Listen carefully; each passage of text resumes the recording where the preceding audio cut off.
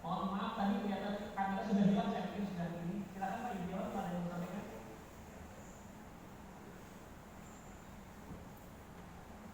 Mute Pak, mute-nya Pak. Ya, terima kasih Mas Adi.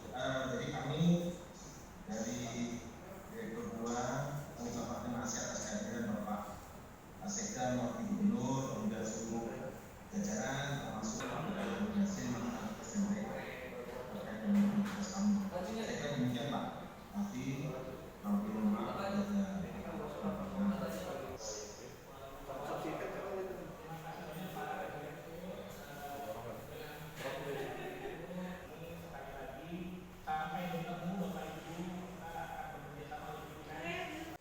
Sekda bawah. Nanti akan saya cek satu persatu. sebentar. Satu persatu saya minta checklistnya lewat BKPSDM. Saya minta data, minta laporan dulu.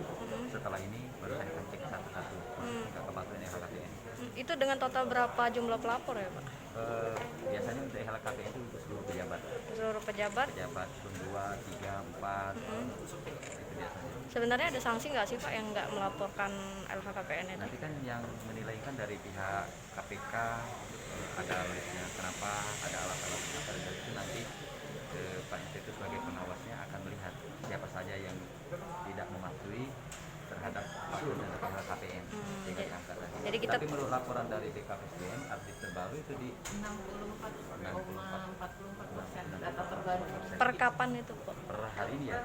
Per hari ini. Dengan jumlah pelapornya berapa Bu?